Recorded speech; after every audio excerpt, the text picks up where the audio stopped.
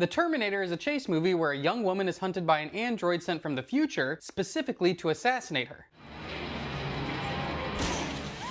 But what the chase really symbolizes is humanity's attempts to outrun the existential crises that we ourselves have created. We're talking all about it this week in Caden's Movie Club. Spoilers ahead, so if you haven't seen it, beat it. James Cameron had the idea for the Terminator while he was on the press tour for his first movie, Piranha 2: The Spawning. He'd had a dream about a robotic torso pulling itself along the floor. This led him to develop an idea that was directly inspired by Halloween, a slasher movie where Michael Myers was replaced by an unstoppable machine. As Cameron partnered with another screenwriter and producers, the idea continued to evolve and drew inspiration from many other sources, until it had elements of multiple genres: sci-fi, thriller, action, romance, and still some horror too. The story begins with a scene set in Los Angeles in 2029. It's a post-apocalypse with giant machines firing lasers at human survivors as they try to fight back. Then a block of text tells us the machines rose from the ashes of the nuclear fire. Their war to exterminate mankind had raged for decades, but the final battle would not be fought in the future, it would be fought here in our present tonight. And then we jump to LA in 1984, where a very muscular man suddenly appears. So in the very first minute, the movie directly tells us what it thinks the downfall of humanity will be: nuclear war and advancing technology. When the movie was released in 1984, society was just at the beginning of the personal computer revolution. Consumer-grade computers like the Commodore 64 had recently been released, and the first Apple Macintosh came out that same year. Meanwhile, the Cold War between the US and the Soviet Union had reached another high point of tension, with ongoing geopolitical conflicts and the Soviets boycotting the 1984 Olympics being hosted in LA. Nuclear devastation and a robot takeover may seem like pretty standard apocalypse scenarios to us now, but it likely would have felt a lot more timely and even terrifying to audiences at the time. The story then shows us another man appearing in another part of LA at roughly the same time, but there's something different about him.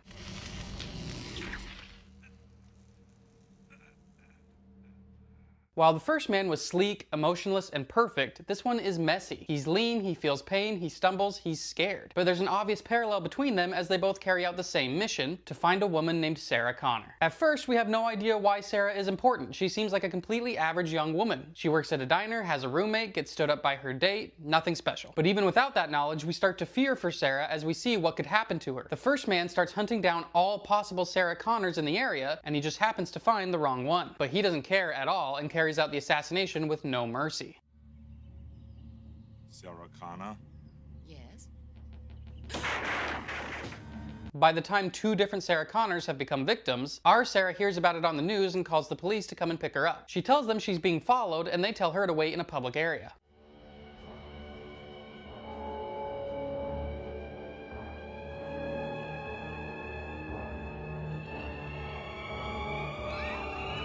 The second man rescues Sarah, and we finally get some information. The first man isn't actually a man at all. The Terminator's an infiltration unit. Part man, part machine.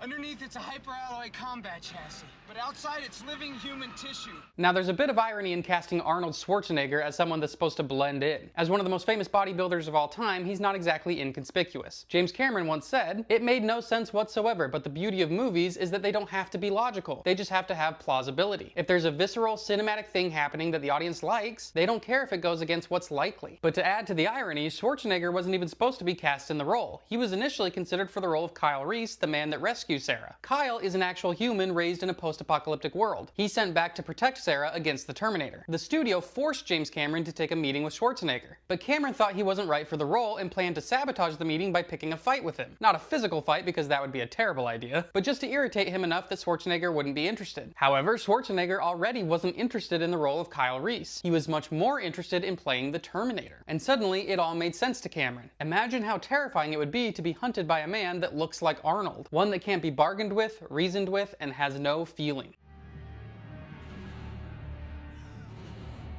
So he got the job, but Arnold admitted in later interviews that he still thought it was a B-movie.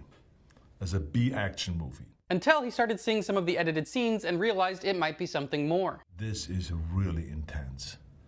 This is wild. Kyle Reese goes on to tell Sarah that a few years into the future, the National Defense Computer System known as Skynet will become self-aware and perceive humans as a threat to its existence. So it starts a nuclear war to wipe out humanity. Humanity comes very close to extinction until a man unites the remaining survivors and leads a rebellion against the machines. His name is John Connor, and he's Sarah's future son. At first, Sarah thinks Kyle is crazy, and when the police finally catch her and Kyle, a criminal psychologist confirms that Kyle is delusional. But that all changes when the Terminator arrives at the police station.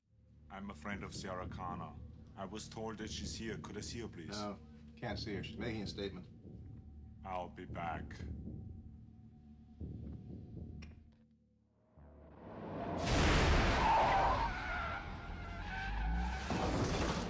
I think this is the scene that really convinced audiences that this movie was different. So far, it had been a decent, low-budget action thriller, but when the Terminator busts into a police station filled with cops and proceeds to mow all of them down in an effort to find Sarah, it was obviously a scene that would make or break the movie. Rather than playing it safe, the filmmakers were going for broke. Suddenly, the Terminator lived up to what Kyle had said in his monologue to Sarah. It doesn't feel pity or remorse or fear, and it absolutely will not stop. Ever. And this highlights how the Terminator is a really great representation of the real fears of humanity at the time. By 1984, the general public had had plenty of time to face the reality that they now lived in a world where heads of government could choose to wipe us all out with nuclear weaponry. And now, as machines that could perform tasks for you were becoming available for individual purchase, people had to wonder how long it would really take before the acceleration of technology led to another invention that would threaten our existence. So just as the Terminator is a relentless, unstoppable force, the same can be said for our fears about what we've created. Humanity seems determined to self-destruct while calling it progress. We look around and sometimes it might feel like we're just marching toward it. And here it's represented by the literal future coming to chase us down. So what can be done about it? Is there any hope? We find the answer in Sarah Connor's character journey. This is why it's so important that she began the story as a normal person. She and Kyle also do the most human thing possible, the kind of thing you only do if you have hope. They fall in love. Look at me, I'm shaking. Some legend. You must be pretty disappointed. No. I'm not. And it's actually their future child that will become John Connor, which means John Connor sent his own father back in time on this mission. It's a paradox. How could John Connor have existed in the first place to send Kyle back in time if Kyle is his own father? Is everything predetermined? Are we fated to do what we do? But that ties right back to those existential fears of humanity. Is it even possible to outrun these threats, or are they inevitable? Kyle's story makes it seem like Sarah is destined for greatness, but she doesn't see it that way. She's scared and inexperienced, but as the story continues, we see her getting stronger. By the end, she becomes the one to save herself. She rises to the occasion out of her desire for survival. Kyle passes on a message from Sarah's future son where he says, "I can't help you with what you must soon face except to say that the future is not set. You must be stronger than you imagine you can be. You must survive or I will never exist." And Sarah lives by those words, refusing to believe that the future has a predetermined outcome. And with all 4 of our movies this month of Movie Club, we saw how chases in movies have been used to entertain and engage us. In Mad Max Fury Road, we saw how the characters were pursuing their need for redemption and hope only to realize that they had to create it themselves. In The Fugitive, we saw how a character dynamic between an officer of the law chasing a wanted criminal illustrated the difference between the letter of the law and true justice. In North by Northwest, we saw Alfred Hitchcock turn several genres on their head by making a chase film where the protagonist often doesn't know who he's chasing, or who's chasing him, or why, but the way in which that information is revealed to the audience makes for a compelling story. And in The Terminator, a normal woman is hunted down by a dangerous robot from a post-apocalyptic future, serving as a representation of humanity's seemingly inescapable fears.